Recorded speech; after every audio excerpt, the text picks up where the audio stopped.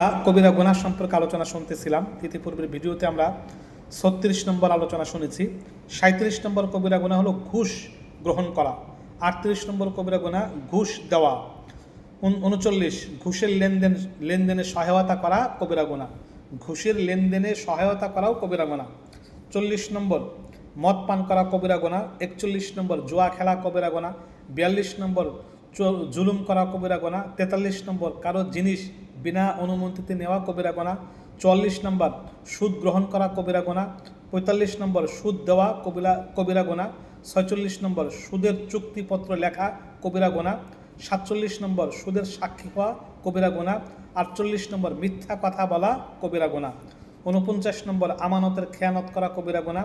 ৫০ নম্বর ওয়াদা খেলাপ করা কবিরা গুনাহ। এখানে ৫০টি কবিরা গুনাহ উল্লেখ করা হলো। এছাড়া আরও অনেক কবিরা গুনাহ রয়েছে, আরও অনেক কবিরা গুনাহ। আমরা কিছু উল্লেখ, নামাজ না পড়া কবিরা গুনাহ, ইচ্ছাকৃতভাবে না পড়া কবিরা গুনাহ, হজ করা সত্ত্বেও হজ না করা কবিরা গুনাহ, রোজা অসুস্থ কোনো ওজন না থাকা সত্ত্বেও রোজা না রাখা কবিরা গুনাহ, জাকাত ওয়াজিব ফরজ হওয়া সত্ত্বেও জাকাত না দেওয়া কবিরা গুনাহ ইত্যাদি। এরকম আরও অনেক কবিরা গুনাহ রয়েছে, আরও অনেক কবিরা গুনাহ রয়েছে। সমস্ত কবিরা গুনাহ থেকে অবশ্যই বিরত থাকতে হবে।